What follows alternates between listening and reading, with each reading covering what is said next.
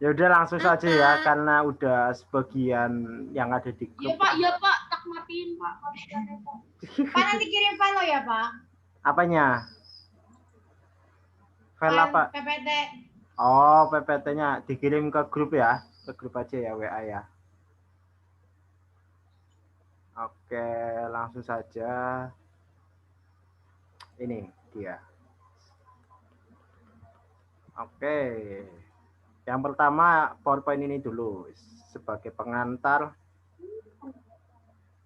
Kalau kita berbicara tentang sistem perencanaan, kan pasti juga melibatkan sesuatu yang masuk ke tubuh ya. Sesuatu yang masuk ke tubuh itu kan ya kita identifikasikan sebagai nutrisi gitu ya. Nah, ada pertanyaan nih. Kira-kira menurut kalian, jika kalian ditanyai, ini kira-kira pernah dengar zat ini? Pernah. Oke. Apa? Formalin yang kamu ketahui, itu zat apa sih? Kenapa di berita Pak? Di berita. Di mayat. Di berita kalau makanan jualan juga pakai. Banyak teman-teman marah kita berisik marah. Kira-kira apa? Zat apa sih formalin itu? Tiffany, biar ada suaranya. Mute. Apa kira-kira? Kenapa, Pak? Pernah dengar zat formalin kan pasti kan? Iya. Apa kira-kira sepengetahuan kamu formalin itu apa sih? Atau pernah disinggung lah Zat sama buat zat pengawet. Zat pengawet ya, mayat. Benar. Jadi formalin itu sendiri sering digunakan di dunia medis itu untuk sebagai cairan pengawet mayat. Ya. Sering digunakan untuk sebagai cairan pengawet pada mayat atau pada sampel-sampel hasil biopsi, hasil bedah ya, jaringan tubuh untuk diamati atau diidentifikasi. Nah, bisa kalian bayangkan jika cairan pengawet pada mayat ini terdapat pada makanan, yang akan terjadi pada tubuh kalian apa?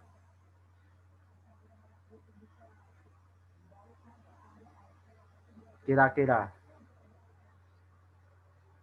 apa yang akan terjadi jika makanan yang kita konsumsi ya. Tapi yang perlu kalian bukan dalam artian formalin itu ya sebagai cairan pengawet terus kemudian tubuh kita awet, enggak ya, itu konsep yang salah ya, janganlah. Jadi formalin itu sendiri itu merupakan zat kimia yang sangat beracun. Zat kimia yang sangat beracun, dia sifatnya karsinogen, bisa memicu kanker, terus kemudian mutagen juga menyebabkan perubahan susunan gen pada tubuh yang jika dikonsumsi ya itu tadi bisa memicu kanker, atau jika dikonsumsi terlalu banyak itu bisa gejalanya akan merasakan pusing dan sebagainya. Terus kemudian dia juga bisa membuat iritasi. Jadi cairannya jika terkena kulit itu juga bisa membuat iritasi. Jadi sangat berbahaya untuk makanan yang mengandung formalin ini. Ya walaupun ketika kalian beli makan di tempat luar kan kita nggak tahu makanan itu terbuat dari apa. Nggak tahu apakah baksonya mengandung formalin. Kan penemuan-penemuan bahan makanan-makanan yang ada formalinnya seperti bakso, mie basah itu beberapa kali ditemukan. Tapi kan sebagai konsumen pasti ya kita nggak bisa ngecek langsung kan itu mengandung formalin atau tidaknya. Nah, sebagai pencegahan atau tindakan preventif adalah dengan minum air putih banyak. Ya, itu sedikit membantu paling tidak ya jika kalian mengkonsumsi makanan yang di dalamnya terkandung formalin itu. Nah, ini kalian kalau memberi apa ya, cemilan atau jajanan kemasan kan pasti di belakangnya selalu ada ini ya, nutrition facts. Ya, kan pasti. Nah, pertanyaannya, kalau kalian membeli makanan, jajanan, kalian pernah melihat nggak sih? Wah, mau lihat komposisi gizinya. Wah, ini lebih banyak ini, terus ini lebih banyak. Atau ya karena senang aja dengan produknya, tinggal ambil gitu.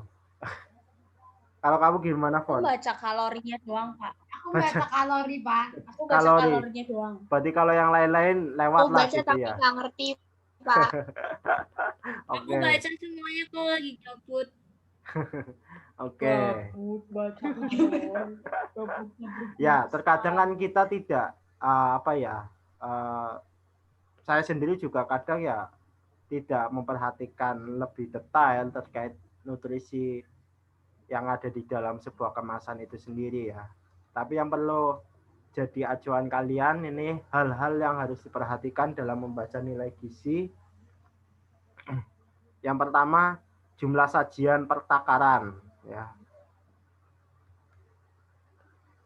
Terus kemudian kalori totalnya per sajian ya, per sajian. Angka kecukupan gizinya, kandungan nutrisi yang dibatasi artinya tidak boleh lebih. Kandungan nutrisi yang dipenuhi, daftar komposisi makanannya, dan terakhir adalah membandingkan nilai gizi antara dua makanan. Jadi terkadang produk satu dengan produk lainnya itu ada perbedaan nilai gizi. Nah, terkait dengan cara membaca informasi nilai gizi, ini bisa kalian lihat seperti pada tampilan berikut. Ya.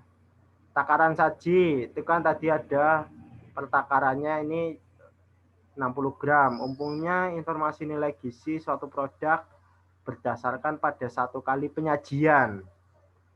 Ya, artinya ada beberapa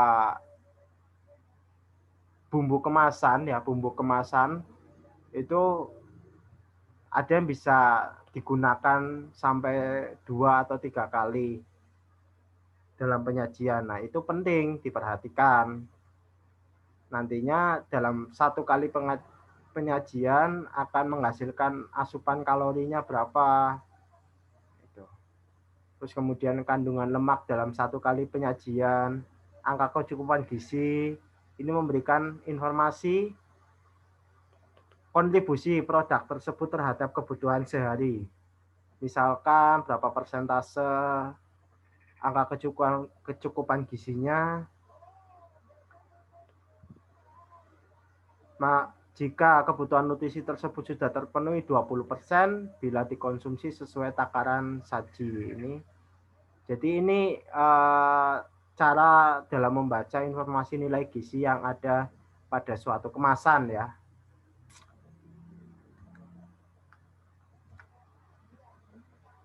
Nah, nutrisi yang diperlukan dalam tubuh, kalian kan pasti pernah mendengar istilah 4 sehat 5 sempurna ya. Pernah nggak, Gap? Ya. Nah, 4 sehat 5 sempurna. Sekarang istilah 4 sehat 5 sempurna untuk masa sekarang itu sudah tidak berlaku lagi. Kenapa? Walaupun misalkan karbonnya terpenuhi, lemaknya ada, harus kemudian ditutup dengan minum susu. Tetapi jika tidak diperhatikan jumlah kalori yang dihasilkan, itu malah bisa berlebihan. Kalau berlebihan kan pasti sesuatu yang tidak baik untuk tubuh. Nah, maka dari itu sekarang digalakkan namanya adalah menu sehat. Yang dimaksud menu sehat itu sendiri adalah melihat kebutuhan kalori kalian dalam sehari. Dan persentasenya adalah seperti ini. Karbohidrat harus sejumlah 40%. Terus kemudian protein itu 0,8 gram dari setiap 1 kilogram berat tubuh kalian. Dan lemak 30% kalori. Sebenarnya kalau materi ini ketika disampaikan tatap muka biasanya akan ada praktek membuat menu sehat ya. Cuman karena kondisi pandemi kan tidak bisa praktek membuat menu sehat kalian nih. Ini jadi sekarang yang digalakkan adalah menu sehat ya, menu sehat yang disesuaikan dengan kebutuhan kalori masing-masing individu. Itu antara laki-laki dan perempuan kebutuhan kalorinya pun berbeda. Gitu. Nah ini ada BMI. BMI itu untuk mengukur atau melihat idealnya berat badan seseorang. Sudah idealkah masuk kategori ideal atau kelebihan atau yang biasa dibilang gemuk atau kalau kekurangan kurus gitu ya. Ini bisa dilihat dari perhitungan BMI.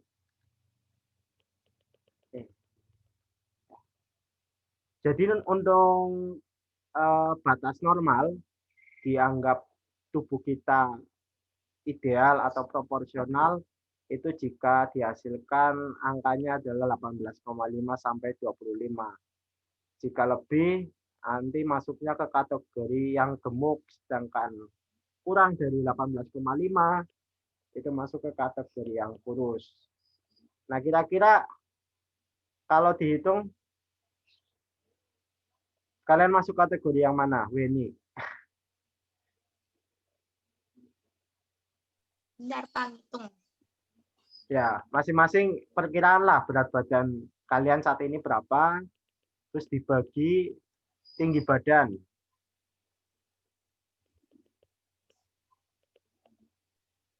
Tinggi aku berapa? Berapa, ayo.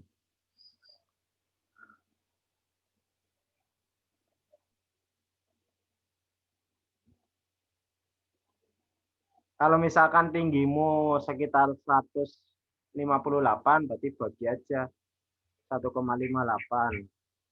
Sorry, 1,58. Ya, 1,58 dikuadratkan.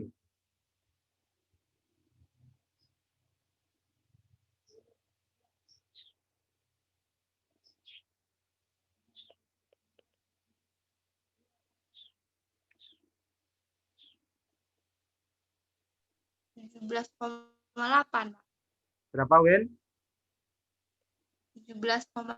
17, berarti masuknya ke kurus ya, Wen. Berarti perlu ditambah lagi supaya ideal itu, Wen. Kalau Hosana gimana, Hos? Berapa, Hos? Atau Albert berapa, Bet? 24. 24,1. Normal, berarti sudah normal. Gaby berapa gap sama Ipon? Normal, Pak. Normal, Pak. Normal. Tapi dikit lagi kelebihan berat badan tingkat ingat. Ya, jadi ini ya sebagai acuan untuk melihat berat badan kalian. Oh ya, Pak Koko. Gimana? Izin keluar ya, Pak. Oke. Pak, maaf ya, Pak. Lupa, Pak. Sip. Oke, jadi ini untuk menentukan ya acuan berat ideal tubuh kita. Nah, ketika kita sudah tahu kebutuhan berat badan ideal kita, ada juga perhitungan BMR. Kalau BMR ini sebenarnya perhitungan untuk kalau bagi yang kelebihan badan itu untuk program diet ya, untuk program diet nanti diatur dalam satu hari berapa kalori yang mestinya dia konsumsi ya.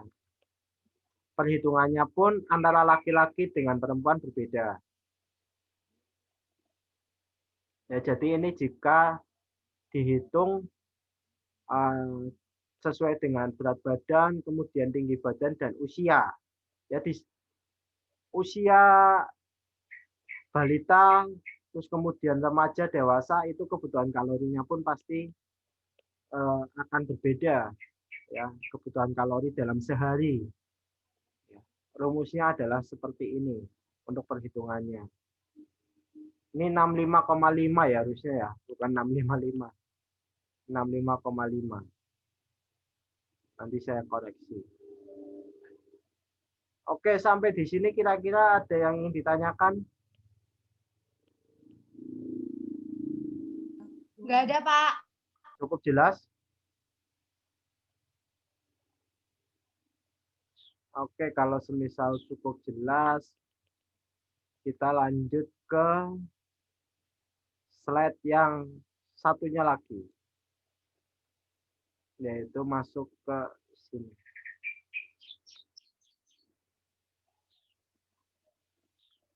Sekarang kita akan melihat satu persatu organ-organ apa saja yang berperan dalam pencernaan manusia.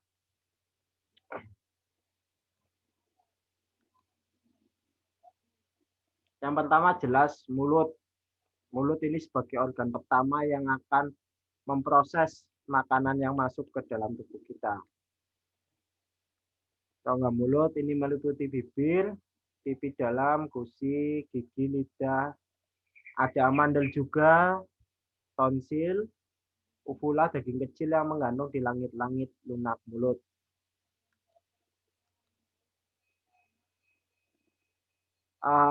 Untuk morfologi dari mulut itu sendiri adalah seperti ini ya.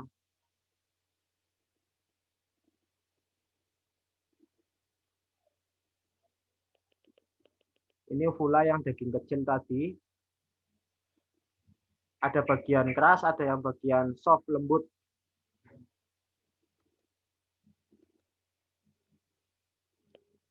Nah, di dalam mulut itu ada 3 kelenjar ya, ada 3 kelenjar utama yang nantinya menghasilkan enzim amilase atau yang biasa disebut enzim petialin. Enzim amilase atau petialin itu dia berperan untuk mengubah amilum zat pati menjadi glukosa ya, menjadi lebih kecil supaya apa? Supaya lebih mudah untuk diserap oleh tubuh. Nantinya penyerapan itu nanti akan berlangsungnya di usus halus. Jadi partikel-partikel besar itu dipecah, karbohidrat atau zat pati itu dipecah oleh enzim amilase, diubah menjadi glukosa yang berupa partikel kecil. Ini letak pada masing-masing kelenjar.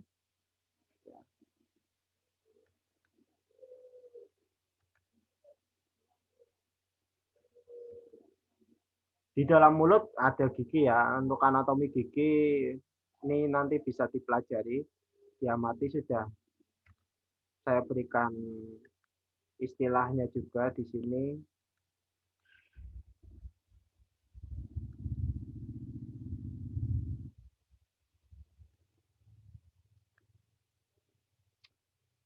Nah, ini mungkin yang perlu kalian mengerti semua ya.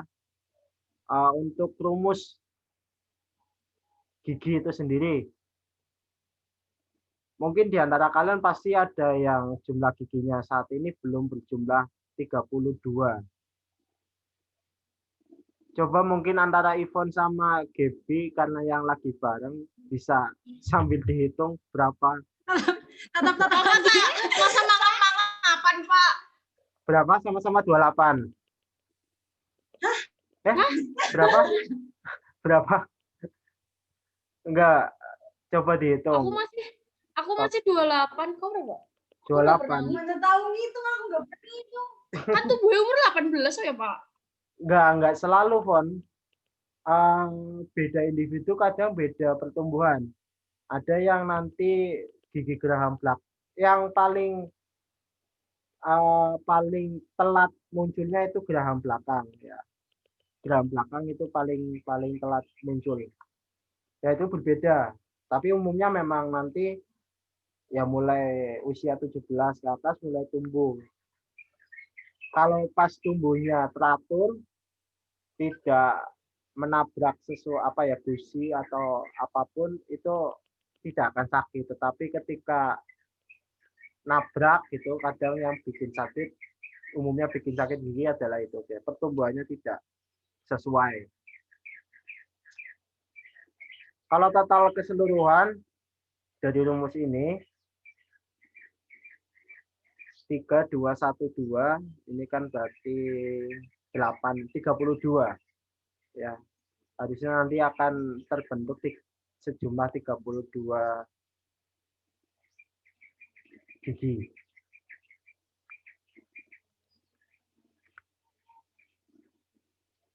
Next, dari mulut masuk ke esofagus. Ya. Di dalam esofagus ini nanti ada istilah namanya gerakan peristaltik. Nah, gerakan peristaltik itu sendiri nanti akan mendorong makanan yang sudah diproses di dalam mulut. Ini bulatan kuning ini namanya bolus. Ya, makanan ini namanya, jadi makanan yang sudah dicerna di mulut ini disebutnya bolus, akan diturunkan ke lambung oleh esofagus. Ya.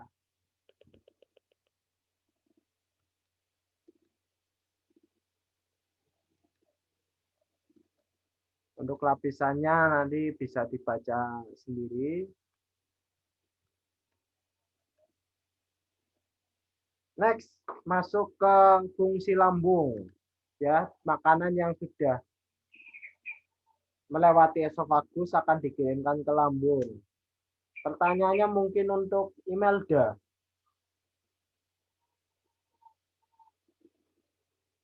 Mel, ada enggak? Atau Gebi Nyoman?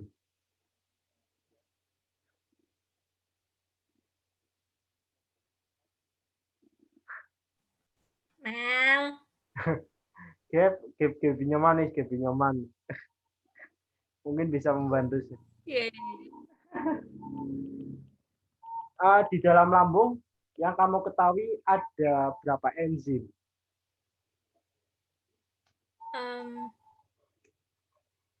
3. 3 apa saja? Renin.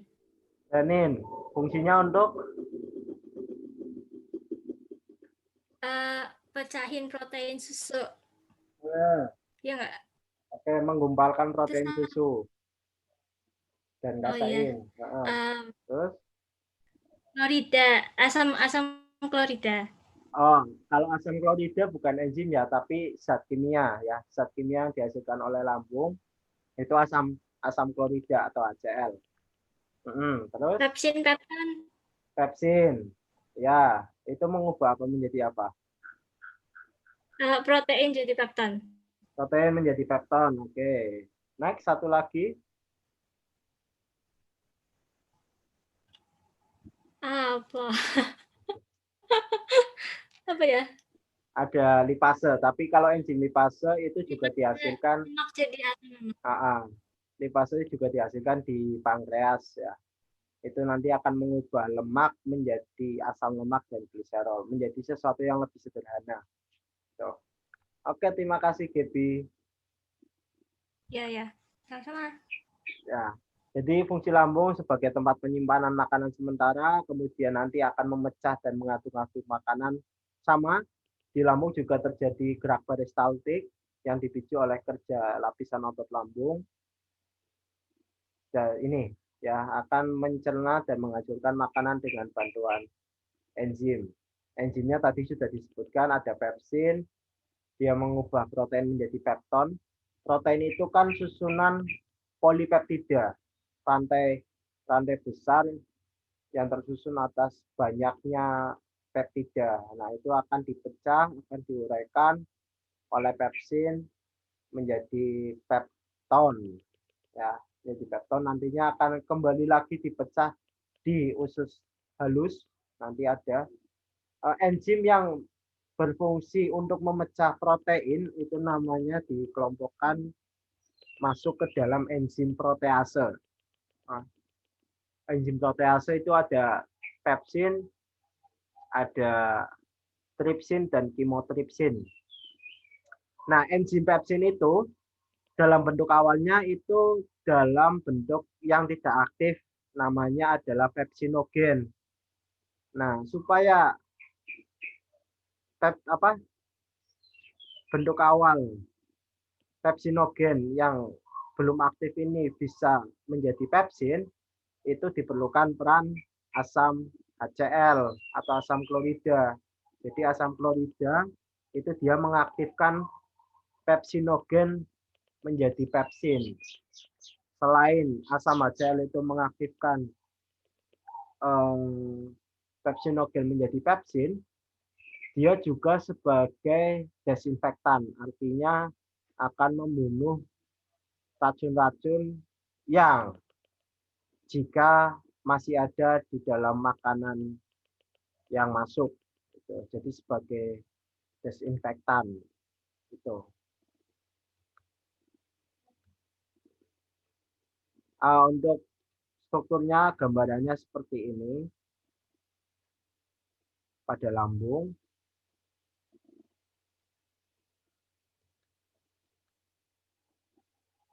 Istilah lambungnya nanti juga bisa dibaca, pelajari secara mandiri. Nah, ini serosa. Serosa itu melindungi lambung dari gesekan dengan organ lainnya. Artinya, supaya lambung itu tidak sampai terjadi iritasi ya atau luka. Itu ada serosa yang melindungi.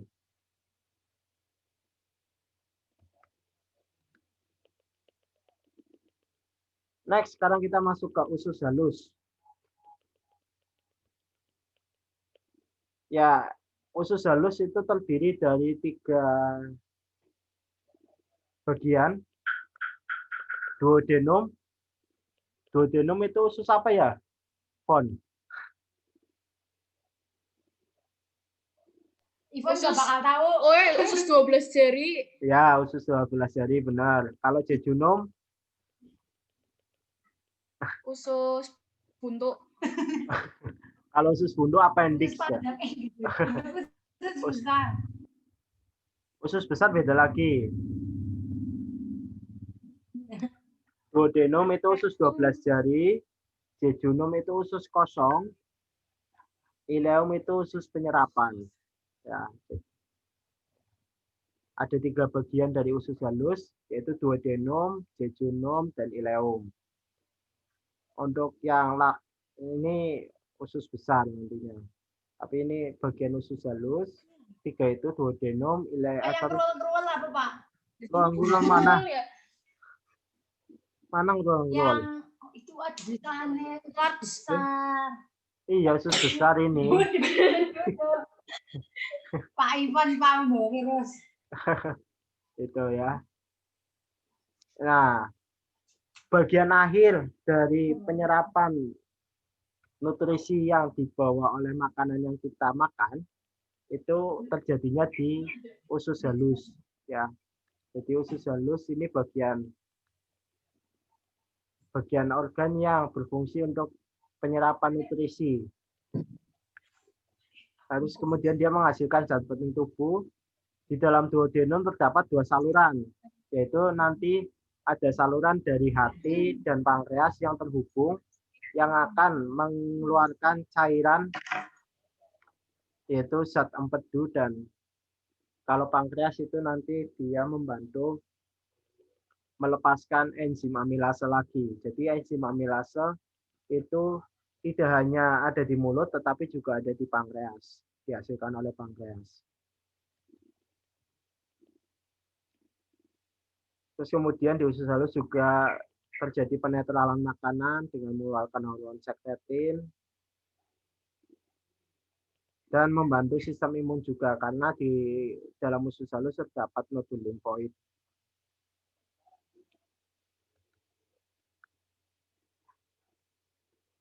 Jika digambarkan saluran antara dari lambung sampai usus halus adalah seperti ini ya. Jadi pertemuan empedu dan amilase itu berada di bagian duodenum, yaitu di usus 12 jari. Kim ini adalah makanan yang tadi yang bolus ya, bolus yang masuk ke lambung terus kemudian diolah lagi. Ini akan membentuk kim atau bubur ya, sudah lebih lebih terurai lagi ya. Gitu. Nah, ini untuk sekret atau zat-zat yang dihasilkan oleh masing-masing organ. Pankreas, hati, dinding, usus halus. Oke, sampai di sini ada pertanyaan kira-kira?